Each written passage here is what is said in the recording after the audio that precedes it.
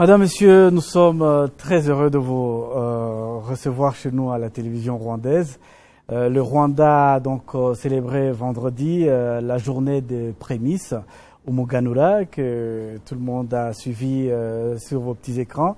Et les célébrations de cette fête des prémices ont été donc une occasion de vivre la culture traditionnelle rwandaise en montrant la place de la journée au Muganura dans le Rwanda ancien, l'exposition de la récolte agricole, sans oublier les objets historiques qu'hébergent ces lieux touristiques de Nyanza. La journée des prémices, donc, a été une occasion pour les Rwandais de se réjouir de ce qu'ils ont pu réaliser et de renforcer l'unité familiale qui conduit à la cohésion nationale. Cette célébration que vous avez suivie à la télé a donné l'occasion également pour le Rwanda de fêter le FESPAD, qui est donc le festival panafricain de danse, qui revient donc pour la 9e fois après quelques années d'absence.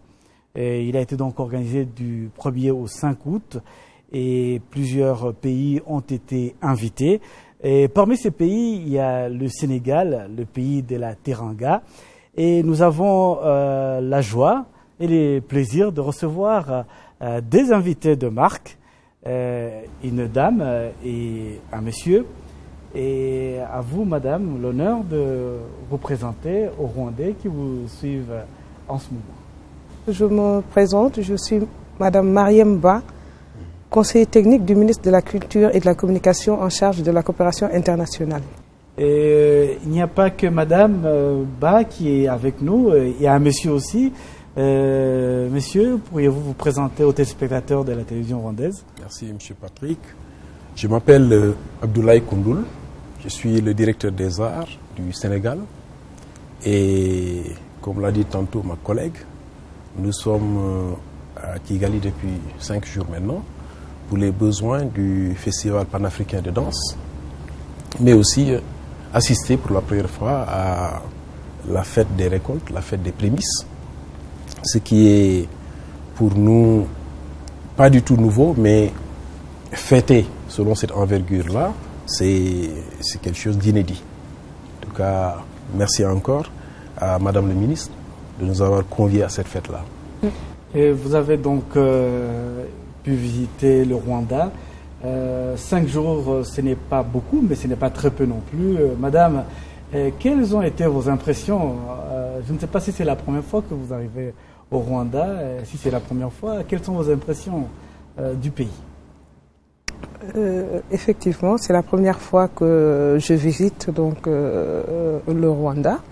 Et ce qui m'a le plus marqué, donc, c'est effectivement la douceur, la clémence de Dame Nature, bien sûr, mais également la propreté de la ville, du pays. Nous avons été très séduits par cette propreté du Rwanda. Voilà. Et effectivement, nous avons très souvent entendu dire que le Rwanda était la Suisse de l'Afrique. Et ça n'a pas été démenti. Messieurs, vos impressions après le séjour, est-ce que c'est la première fois Kigali au Rwanda ou bien... C'est mon premier séjour et je ne suis pas déçu par rapport à l'image que je me faisais donc, de ce pays au regard des lectures, au regard de la documentation qui était disponible. Et tout ce qui a été dit de bien s'est confirmé. Et nous allons rentrer au pays en essayant de partager un peu tout ce que nous avons vécu et une meilleure connaissance que nous avons donc du Rwanda. Et je pense que les autorités ont bien fait de réchauffer davantage l'axe Kigali-Dakar. Je pense qu'on a énormément de choses à partager, on a énormément de choses à découvrir ensemble. Et la culture africaine, c'est une culture assez vaste. Est-ce que vous pourriez nous faire une petite présentation de votre pays, le Sénégal? Bien, le Sénégal, si on doit le présenter sous l'axe de la culture, on commencerait par parler du premier président du Sénégal, Léopold Sédar Senghor, qui était d'ailleurs dénommé le poète président, et qui a fini de placer le Sénégal sur un axe essentiellement basé sur la culture. Et c'est dommage que c'est quelques années après que nous avons compris, et nous n'étions pas les seuls d'ailleurs, que la culture est au début et à la fin de tout développement. Il l'avait théorisé, il a fallu attendre 40 ans après pour comprendre effectivement que rien ne peut se faire, même du point de vue de l'économie, sans un soubassement culturel. Le Sénégal, c'est aussi le pays de Cheikh Anta Diop, un des plus brillants savants de l'Afrique, qui a réussi à contrecarrer toutes les théories qui allaient à l'encontre de la réalité et qui présentaient les Africains comme étant à la limite des sous-êtres. Il a pu démontrer que tout est parti de l'Afrique. Il a pu démontrer que toutes les populations du monde étaient noires au départ. Et au regard du climat, au regard de l'écosystème, avec toutes ces implications, nous avons eu d'autres colorations. Mais au départ, c'était la mélanine. On était tous noirs. Et des raisons pour nous, Africains, d'être encore beaucoup plus fiers de nous. Nous pouvons regarder tout le monde, les yeux dans les yeux, et dire que nous pouvons traiter d'égal à égal. Madame, le Sénégal comporte beaucoup de groupes ethniques, autant de cultures. Il y a notamment de Wolof, de Peul, de Toucouleur et les Sérères. Et bien sûr, c'était bien d'autres. Et puis, est-ce que toutes ces populations qui vivent au Sénégal ont leur culture spécifique? Moi, je parlerai d'une culture sénégalaise, d'une culture africaine, effectivement. Et toutes ces populations-là ont un apport dans ce que nous pouvons appeler la culture sénégalaise. Parce que chez nous, on parle du sénégalais, comme ici vous parlez du rwandais. Et je crois que toutes les ethnies, toutes les populations, nous formons ensemble une communauté et une seule et même culture avec des apports qui arrivent d'un endroit à un autre du Sénégal et qui a également beaucoup bénéficié d'apports d'autres pays africains, notamment ceux qui sont tout autour du Sénégal, notamment la Gambie, vous avez la Mauritanie, vous avez également la Guinée. Et mon collègue disait tout à l'heure, parlait du président Senghor et du professeur Cheikh Anta Diop.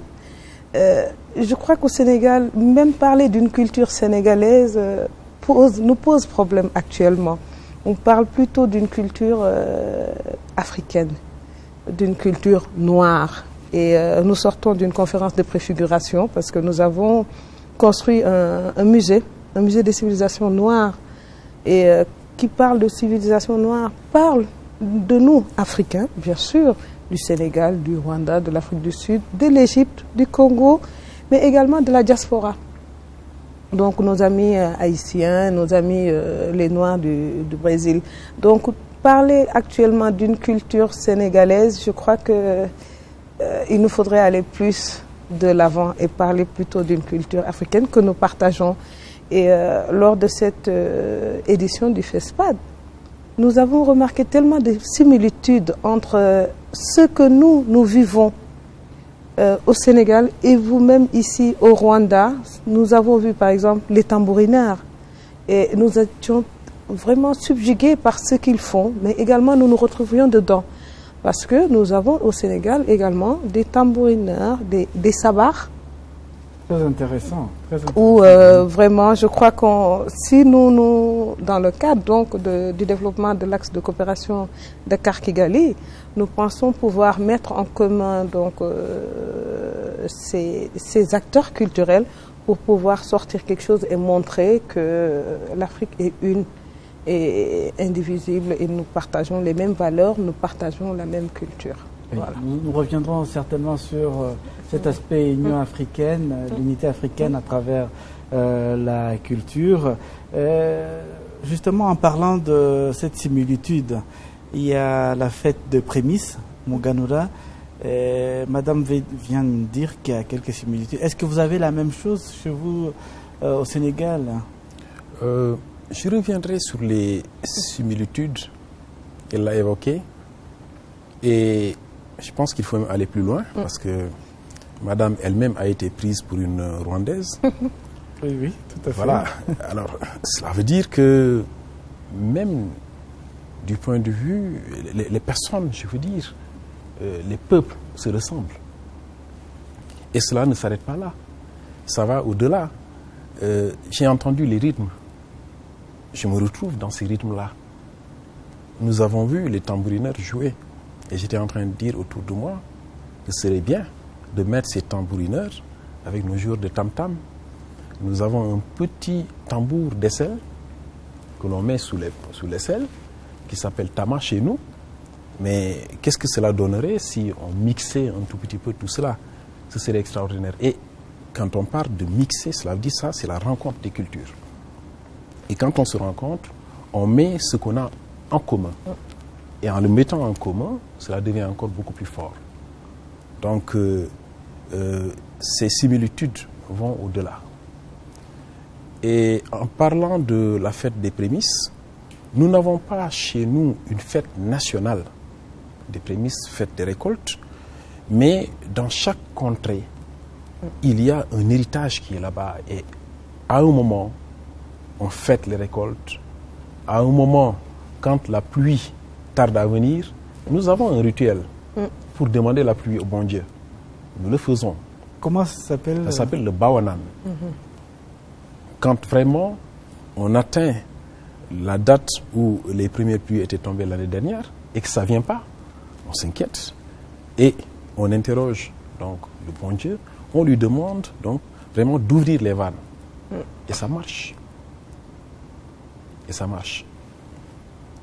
Et après cela, puisqu'on avait demandé, on avait obtenu, bien on rend grâce à Dieu pour lui dire, ah, vraiment, on est content. On demande à ce que l'année prochaine, la même chose se reproduise. C'est une fête aussi des prémices à l'image de ce que vous faites à l'échelle nationale. Mais cela est fait maintenant dans chaque contrée et selon des variantes. Parce qu'en fait, est-ce qu'on peut parler d'une culture sénégalaise ou alors des cultures? Et ce qu'il y a, c'est que nous avons beaucoup de choses en commun, célébrées avec quelques petites variantes, mais en réalité, on retrouve les mêmes, le même schéma partout. Et c'est pour cela que chez nous, nous mettons beaucoup l'accent sur la diversité culturelle. Nous ne sommes pas pour l'uniformalisation, nous ne sommes pas pour que tout soit homogène, mais nous voulons que dans cette différence, qu'on marche ensemble. Dans cette différence, marcher ensemble, ça nous amène justement à parler de l'unité africaine, de la culture africaine. Madame, l'Afrique a cet héritage incroyable de culture et toutes ces cultures se retrouvent. Tout à fait. Comment pensez-vous qu'on puisse développer cet aspect de l'héritage culturel africain pour la rendre encore plus visible à l'échelle mondiale? Là, je crois que de plus en plus nous devenons optimistes parce que quand même la communauté africaine s'est beaucoup investie et tout récemment donc nous sortons de la conférence des ministres de la culture, de la jeunesse et du sport de l'Union africaine où plusieurs résolutions ont été prises et qui vont être soumises donc au prochain sommet des chefs d'État également prévu en janvier et portent essentiellement sur le patrimoine. Et d'ailleurs, nous venons de fêter les 10 ans du Fonds du patrimoine africain qui a été créé par l'UNESCO et tout ça pour montrer quelle est la place donc de la culture, de l'héritage, du patrimoine dans le développement et le développement de notre continent. Tout à l'heure, mon collègue parlait d'un certain nombre de rituels et dans le patrimoine immatériel, nous avons réussi à classer donc ce dont on parlait, certaines pratiques, notamment en pays sérère. Donc cette cérémonie de divination, donc de prédiction et de demande de pluie, et qui s'appelle le Khoy. Donc c'est des cérémonies de divination et qui vont dire comment la prochaine récolte sera, bien sûr, au Muganora, mais également qu'est-ce qui attend le pays en termes, et sur tous les plans, au niveau social, au niveau économique, au niveau politique. Et c'est quelque chose que nous attendons pratiquement chaque mois de juin. On sait que bientôt, ces cérémonies de divination vont se passer, et ça a été classé comme patrimoine immatériel au niveau de l'humanité. Et donc, je crois que autour de ces pratiques-là, qui peuvent être effectivement différentes d'un pays à l'autre, mais c'est ce que nous avons en commun. Et il nous faudrait donc montrer cette face-là. C'est notre face à nous Africains, devant le monde entier et devant l'autre, pour mieux nous connaître, mais également déjà que nous nous connaissons et que les autres puissent nous connaître à travers notre culture. Oui.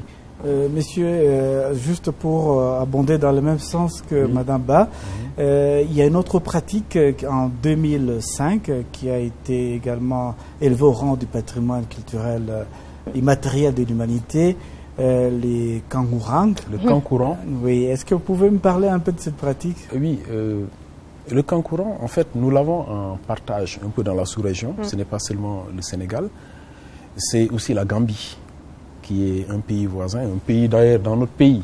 Vous savez comment ça se passe. Donc, c'est une pratique qui a été effectivement, que nous devons réussir à classer, qui appartient un peu à l'espace mandingue et qui se manifeste particulièrement dans le sud, mais aussi à Mbour, un peu dans la petite côte. Alors, le kangourang, c'est une sorte de masque, je dirais, pas inanimé, mais vivant, donc recouvert de feuilles, et qui sort à des périodes bien déterminées, avec bien sûr tout un rituel, mais aussi avec toute une mythologie qui entoure un peu cette pratique-là, au point de vaincre même peut-être une malédiction, au point d'arriver à guérir un peu des maladies et tout.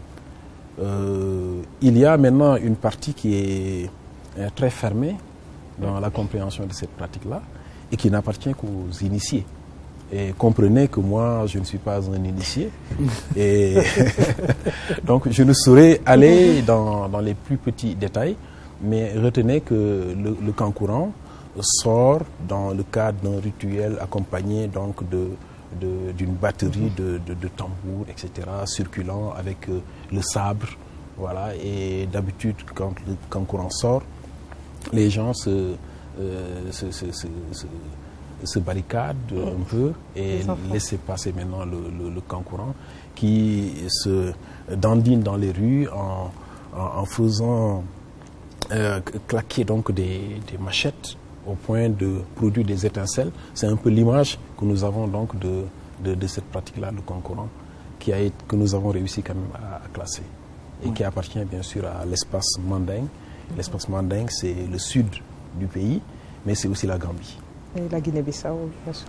Et aussi la Guinée-Bissau, merci de moi. Voilà, déjà il y a 2 ou 3 pays qui ont la même pratique. Et puis quand on parle de l'espace mandingue, c'est un espace qui est assez vaste en Afrique de l'Ouest. Ça va au-delà. Oui. Et donc cet héritage culturel africain est vraiment assez vaste. Et qu'est-ce qui est fait au niveau justement de l'Union africaine pour que cette culture ne puisse pas disparaître? Parce que il y a une évolution de l'humanité et les nouvelles générations s'intéressent beaucoup plus à travers la télévision et les autres médias sociaux à ce qui se passe à l'extérieur de l'Afrique. Qu'est-ce qui est fait au niveau de l'Afrique justement pour que cet héritage reste dans nos pays, dans notre esprit? Je pense que là, actuellement, nous travaillons beaucoup sur les instruments notamment les instruments juridiques, politiques bien sûr, mais également différentes actions. C'est vrai que nos jeunes, et il nous faut miser sur nos jeunes pour préserver donc ce patrimoine, préserver nos rites, rituels et bonnes pratiques, sans nier l'apport d'autres communautés. Indéniablement, il nous faut nous appuyer sur ce que nous avons, et en parlant de la diversité culturelle. Et tout récemment, nous avons parlé de cette fameuse charte de renaissance africaine. La charte de renaissance africaine, donc, qui a été votée au sein de l'Union africaine, mais que très peu de pays ont ratifié. Donc nous travaillons ensemble sur la ratification de cette charte, et le Sénégal, dans la zone ouest africaine, a été désigné comme pays champion, avec le Niger et le Mali, parce que nous avons été les 3 principaux pays à avoir ratifié déjà cette charte-là, et nous allons donc inciter, faire de la sensibilisation pour que les autres pays de cette zone-là puissent donc ratifier cette charte de renaissance culturelle. Nous avons d'autres instruments, bien sûr, et au sein de l'UEMOA également, parce que nous avons notre fameuse politique de développement communautaire au sein des 8 pays de l'espace UEMOA. Au-delà, nous avons la CEDEAO, mais nous allons nous rapprocher bien sûr de nos amis de l'Est africain, du Sud et bien sûr de l'Afrique du Nord. Donc c'est ce grand ensemble-là, et il y a beaucoup d'initiatives, je crois, qui sont en cours. Et nous, à d'autres niveaux, parlant du cas du Sénégal, il y a différentes actions qui sont menées, donc d'où cet intérêt du musée des civilisations noires, où ce n'est pas seulement un musée sénégalais, mais c'est un musée qui nous appartient à toute la communauté noire. Nous avons notre monument de la Renaissance également, qui a été érigé et qui fait l'objet de beaucoup de curiosité actuellement. Parce que c'est souvenir aussi. La place du souvenir africain, voilà. Et qui rappelle ce qui se passe et ce qui s'est passé donc dans nos différents pays. Et là d'ailleurs, en rapport avec son Excellence Monsieur l'ambassadeur du Rwanda au Sénégal, nous sommes en train de voir dans quelle mesure, au sein de cette place du souvenir, ériger un mémorial pour le Rwanda, bien sûr, à côté d'autres mémorials. Par exemple, le mémorial du Diola, en partie, puisque nous sommes en train de construire et de mettre en place donc un mémorial en Casamance même à la suite donc du naufrage du bateau le Diola. Mais cet espace également, il y a une partie qui est réservée pour donc rendre hommage donc aux victimes du Diola. Et nous allons le faire pour tous les événements douloureux, pas seulement douloureux d'ailleurs, mais qui nous permettent quand même de nous rappeler. C'est des espaces de mémoire, nous avons besoin de cela, des espaces de mémoire qui soient communs donc, à toute la communauté africaine. Je vais peut-être ajouter oui, monsieur. D'autres dispositions prises au niveau de la formation. Vous voyez, de plus en plus, dans les universités, nous ouvrons des chaires et des UFR patrimoine, pour aussi aider un peu les jeunes, non seulement à s'intéresser, mais aussi à avoir la formation qu'il faut. Gérer le patrimoine demande des compétences particulières. Et vous l'avez dit tantôt, si le patrimoine n'est pas géré par nous, cela veut dire que les générations à venir n'auront rien. Et si jusqu'à présent, nous arrivons à remonter les vestiges de nos anciennes pratiques, c'est parce qu'il y avait un système de transmission. Alors, ce système de transmission ne peut plus être le même. Au regard du changement de l'environnement, les nouvelles technologies sont là.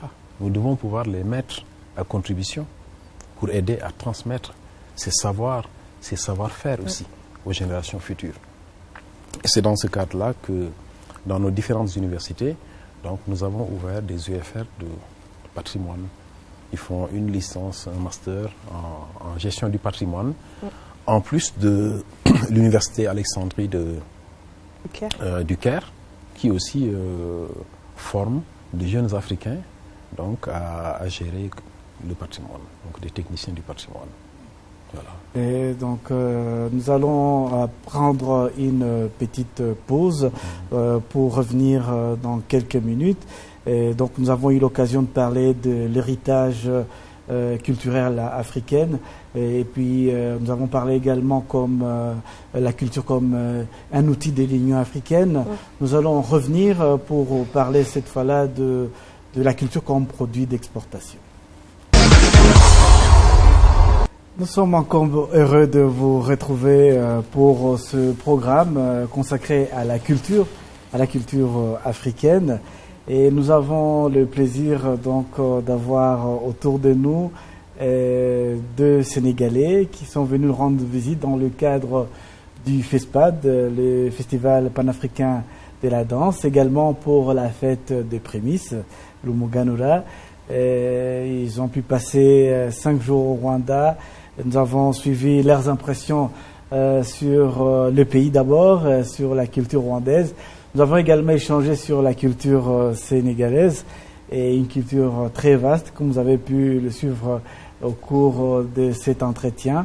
Et nous allons revenir maintenant pour parler du produit d'exportation, la culture comme produit d'exportation.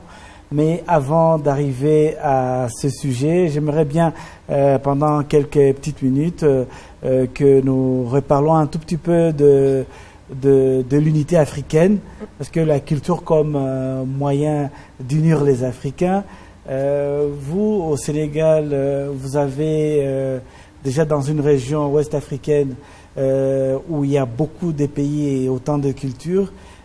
Comment vous arrivez à vous organiser au niveau de cette région ouest africaine pour promouvoir la culture, peut-être avant de voir sur le niveau africain sur l'ensemble du continent? Oui. Au niveau sous-régional, donc avec la CEDEAO, le projet de politique culturelle sous-régionale est très très avancé. Et le soubassement, c'est tout ce que nous avons en commun. Nous avons en commun cet espace, un espace qui n'est pas fermé, où les populations circulent et pratiquement on retrouve les mêmes langues, on retrouve les mêmes pratiques. Et c'est cela qui a été donc à la base. Et pourquoi aujourd'hui on parle d'un projet de politique culturelle sous-régionale? On s'est rendu compte que les autres aspects du développement dépendent essentiellement de la culture. Donc, en mettant en place cette politique culturelle, en même temps, elle contiendra aussi les futurs éléments de collaboration sur d'autres secteurs, notamment l'économie. La façon de vendre, la façon d'acheter, elle est éminemment culturelle. Le Chinois ne vend pas de la même façon que le Sénégalais. Mais aussi, nous n'achetons pas de la même façon que les Chinois. Alors, chez nous, quand vous allez au marché, il y a ce qu'on appelle le wahale. C'est-à-dire, nous n'avons pas cette culture de prix affiché où il faut venir et payer. Ce n'est pas ça. Il y a toujours un premier prix et un dernier prix. Et tout cela est culturel, c'est spécifique à nous. Et quand on se déplace et qu'on va dans d'autres pays où la culture est autre, il y a juste une étiquette qui est là, qui vous indique que pour ce produit, il va falloir débourser tant de francs. Mais vous venez acheter. Donc c'est autant de raisons qui font que dans l'espace sous-régional, nos dirigeants sont en train de travailler pour qu'on arrive à avoir cette politique culturelle régionale, sous-régionale. Et tout dernièrement, donc, des travaux ont été initiés à Ouaga pour parachever le processus qui est très bien avancé. Et cette politique culturelle sous-régionale n'est pas antinomique aux différentes politiques nationales sectorielles. Et à la limite, c'est un peu l'émanation de toutes ces politiques que l'on retrouve dans cette politique culturelle sous-régionale. Voilà un peu, nous, à notre niveau, comment on prépare cette, disons, cette politique culturelle africaine qui devra être aussi la somme de toutes ces politiques sous-régionales pour aboutir à une politique culturelle qui devrait être la base de l'Union africaine. Ce n'est pas trop tard, c'est bien parce que nous venons de comprendre le message des pères fondateurs des nations africaines. Quand on parle de Kwame Nkrumah, quand on parle de Senghor, et qui d'autre encore, voilà, qui avait appelé à l'Union africaine. Mais on ne va pas aller en union n'importe comment. Nous allons aller en union en mettant ensemble ce que nous avons de commun. Parce qu'en réalité, cette diversité culturelle, oui, ce que nous avons en commun est largement supérieur à ce qui nous sépare, ce qu'il y a de divergent en nous. Il y a très peu de choses divergentes en nous et beaucoup de choses que nous avons en commun. Vous parlez justement de cette diversité culturelle en Afrique qui peut éventuellement être une occasion pour promouvoir l'entente mutuelle entre le peuple. Qu'est-ce qui est fait à ce niveau pour utiliser la culture pour promouvoir l'entente mutuelle entre les peuples en Afrique? Oui. Donc je voulais revenir juste sur ce que mon collègue disait, et c'est d'autant plus intéressant qu'on se rend compte que toutes ces politiques communautaires en fait visent à harmoniser certains mécanismes pour développer donc la culture. Et quand on considère donc dans l'espace UEMOA, on harmonise parce que ça nous permet de mutualiser nos ressources. Et on mutualise nos ressources, on mutualise ce que nous avons en commun, mais en laissant une large place à nos particularités. Et là, ce qui est intéressant, c'est par exemple, quand on prend notre espace communautaire de l'UEMOA, nous tendons vers le développement de très grandes manifestations internationales, mais ciblées. Par exemple, quand on parlera du Sénégal, on parlera de la Biennale des Arts du Sénégal, de Dakar, et qui sera une manifestation commune à tout l'espace communautaire donc, de l'UEMOA, mais avec l'ouverture vers les autres pays africains, mais également vers d'autres pays du monde.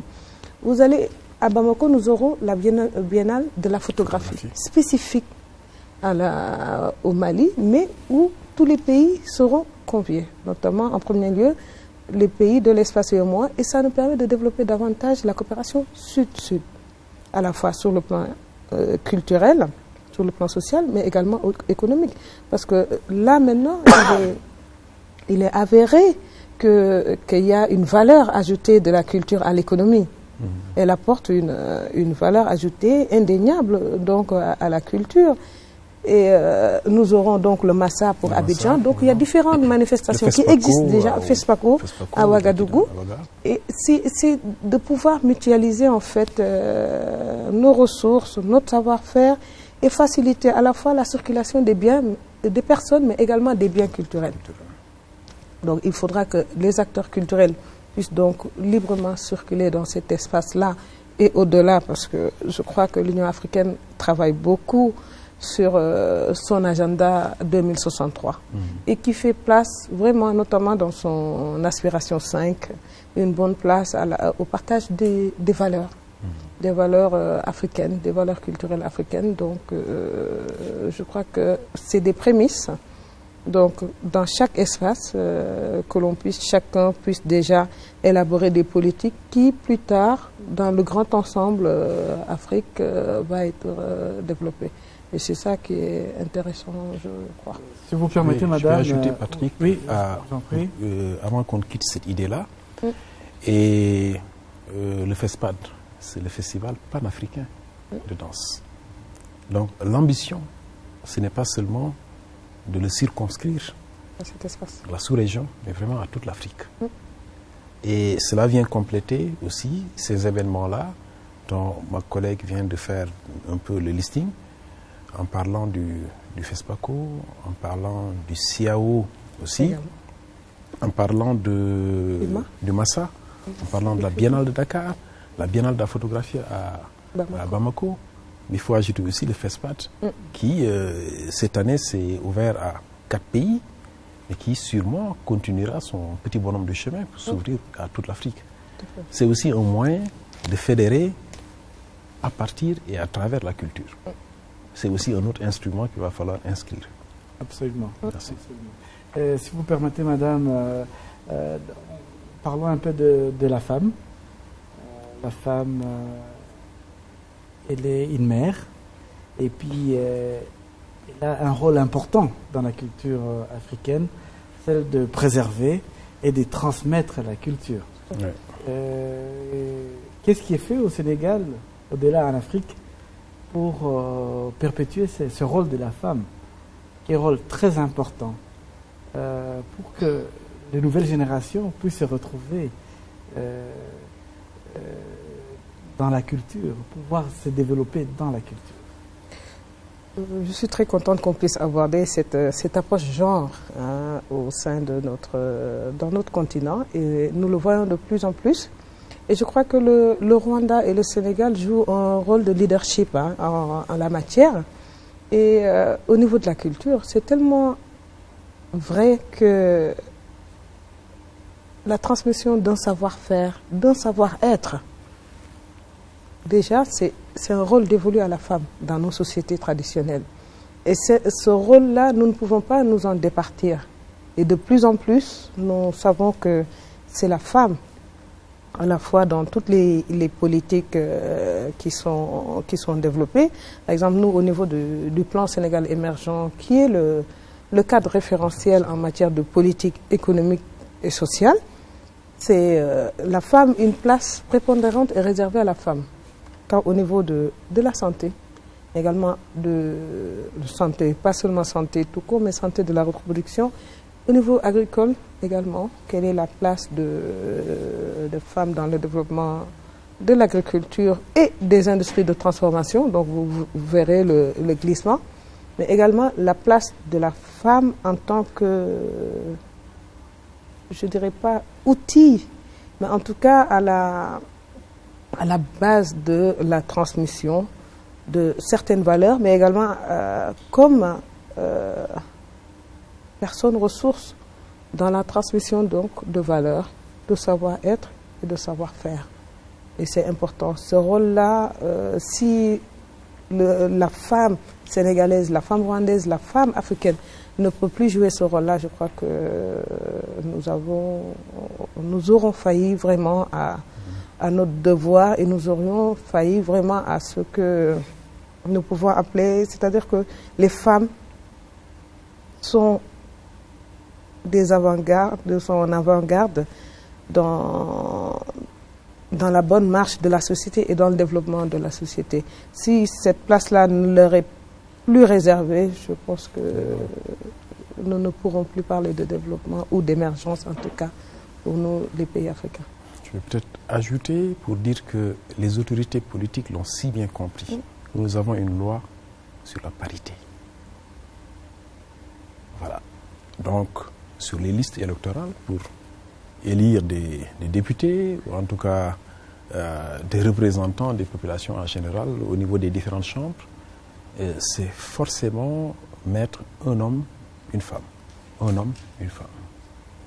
Parce que nous avons compris que éduquer une femme, c'est éduquer toute une société. Oui. Éduquer un homme, c'est éduquer un individu. Donc, c'est ce que je voulais ajouter. C'est tout dit. Pour, oui.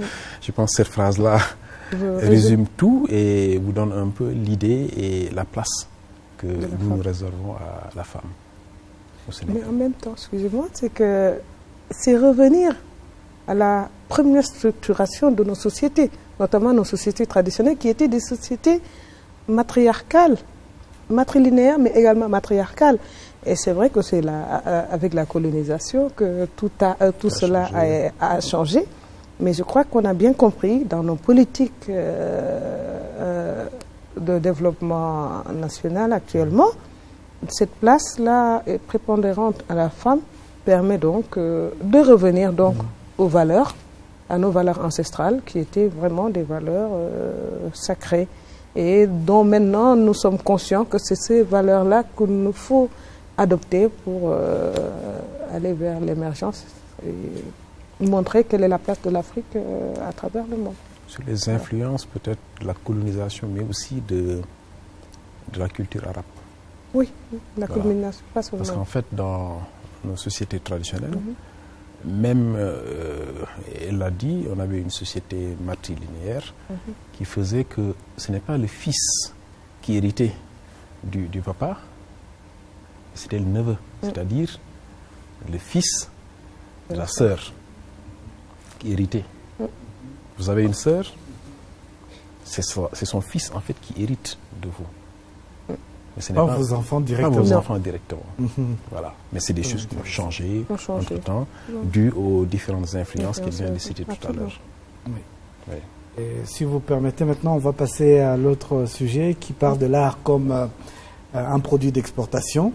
Comme on l'a dit tout au long de cet entretien, la culture africaine est vaste, n'est-ce pas? Et la culture est diversifiée. Qu'est-ce qu'il faut faire? Qu'est-ce qu'il faut faire pour rendre cette culture comme un produit d'exportation, comme un produit qu'on peut vendre en dehors de l'Afrique, messieurs? Merci Patrick. Ce qu'il faut faire, le préalable, c'est de comprendre la nature du produit culturel, la nature du service culturel. Vous savez, le produit culturel est assez particulier. C'est un produit qui porte des valeurs. Ce n'est pas du savon. Et pour cela, il faut nécessairement veiller à un environnement juridique propice.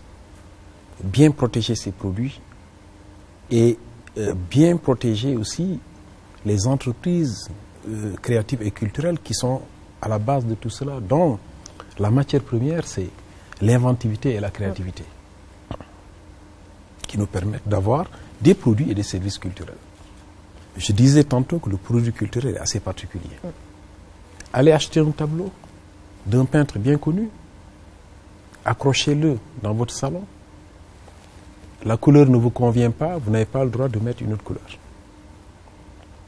Vous n'avez pas ce droit.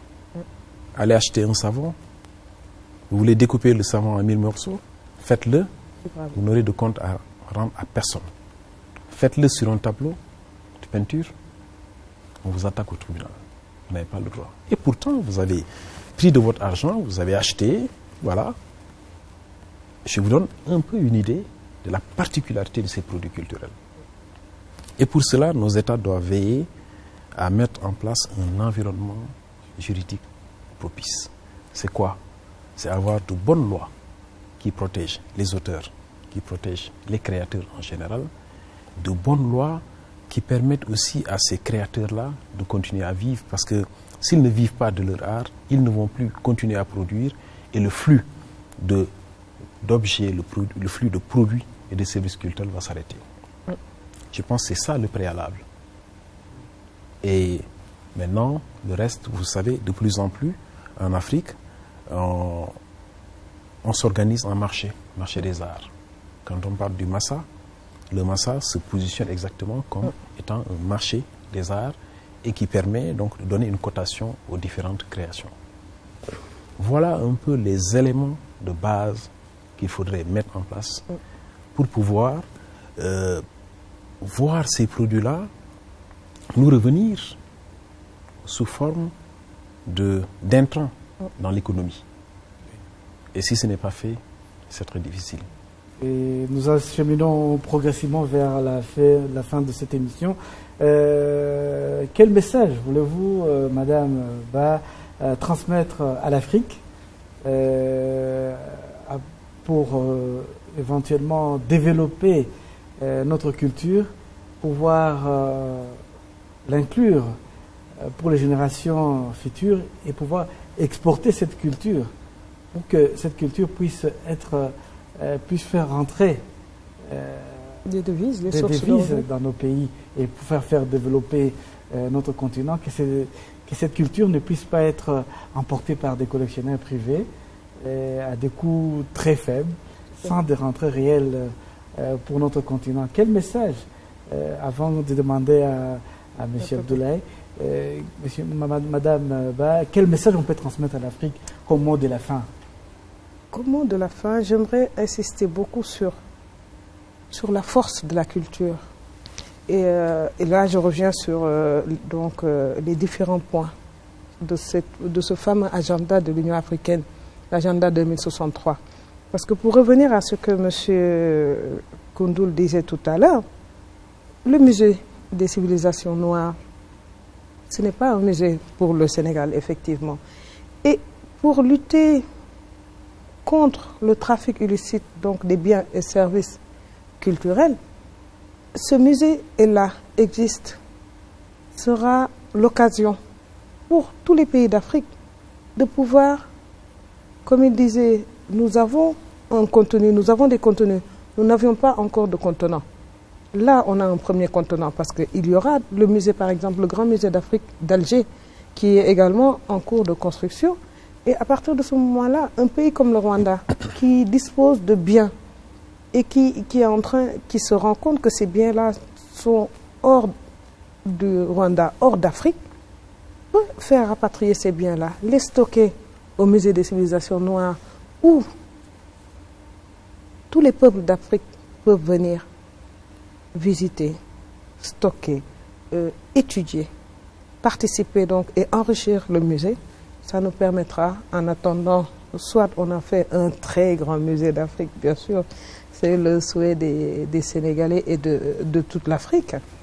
Donc ça nous permet de pouvoir faire revenir nos biens et montrer aux enfants, parce que ce musée-là, ce n'est pas pour nous. L'agenda 63, ce n'est pas fait pour nous. Peut-être qu'on ne sera plus là en 2063, mais c'est pour les générations futures. Et c'est si vraiment, au niveau politique, nous avons ce portage-là, au niveau des acteurs culturels, nous avons ce portage-là, je crois que de plus en plus, résolument, la force de l'Afrique réside dans sa culture et son développement également a un soubassement avant tout culturel. Monsieur Koundoul? Oui, moi, ce que j'ajouterais à ce que vient de dire Mme Diop, qui résume un peu, d'ailleurs, le message qui est là et qu'il va falloir livrer à tout le monde, ce que je pourrais ajouter, c'est peut-être de faire un peu la dichotomie entre la culture comme étant un passage obligé, un soubassement nécessaire et fondamental pour toutes nos actions, quelle que soit la nature de ces actions-là. Nous devons le faire sur la base de notre culture. Donc, je disais la dichotomie entre ces deux aspects-là, la culture comme étant le soubassement de toute action qui sera engagée, n'importe quelle action, politique, économique et tout, mais vraiment sur la base de la culture, de nos valeurs. Il y a aussi l'autre aspect, la culture, comme étant une sorte de niche de rentabilité économique. Ces deux aspects. Mais j'insiste sur le premier, qui est important.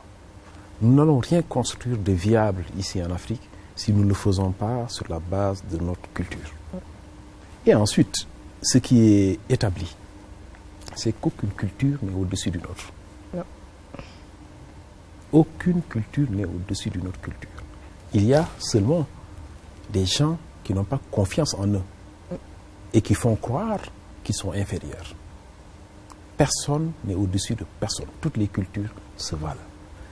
L'autre aspect, et pour terminer, que je vais ajouter, c'est que aucun pays émergent aujourd'hui, parmi les pays émergents, n'a réussi à atteindre ce qu'ils ont réussi en s'appuyant sur la culture de notre pays.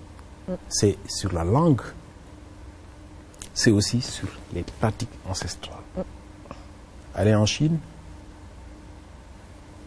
le premier jour, vous allez apprendre à manger avec des baguettes. Il y a des cuillères, il y a des fourchettes, mais c'est avec les baguettes. Allez au Japon, vous retrouverez exactement la même chose. Donc, si nous voulons une Afrique émergente, il nous faut nécessairement nous mettre d'accord sur ce que nous avons en commun et accepter que ce soit le soubassement de toutes les actions qui devraient nous mener vers l'émergence. En tout cas, c'est le message que je voudrais livrer. Merci beaucoup, Monsieur Abdoulaye Koundoul. Je rappelle aux téléspectateurs que vous êtes directeur des arts du Sénégal. Merci également à Madame Mariem Ba. Je rappelle aux téléspectateurs que vous êtes conseiller technique en charge de la coopération internationale. Merci d'avoir accepté de notre invitation. Et je retiendrai ce mot qu'aucune culture n'est au-dessus de l'autre. Et la chance de l'Afrique, c'est que c'est un continent qui a une diversité culturelle, une diversité que le continent peut partager avec le reste du monde. Et donc, nous serions heureux de vous recevoir encore une fois si vous êtes de passage à Kigali. Oui, je voudrais, Patrick, avant qu'on se sépare, louer et magnifier vraiment quelque chose que nous avons découvert à Nyanza hier.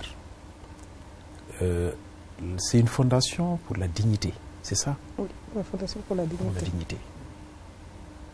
Ça, c'est une bonne pratique que vous devez partager avec toute l'Afrique. Tout à fait. Nous, en tout cas, nous le ferons une fois arrivés à Dakar. Nous allons partager cette pratique-là. Et vous avez de quoi être fiers.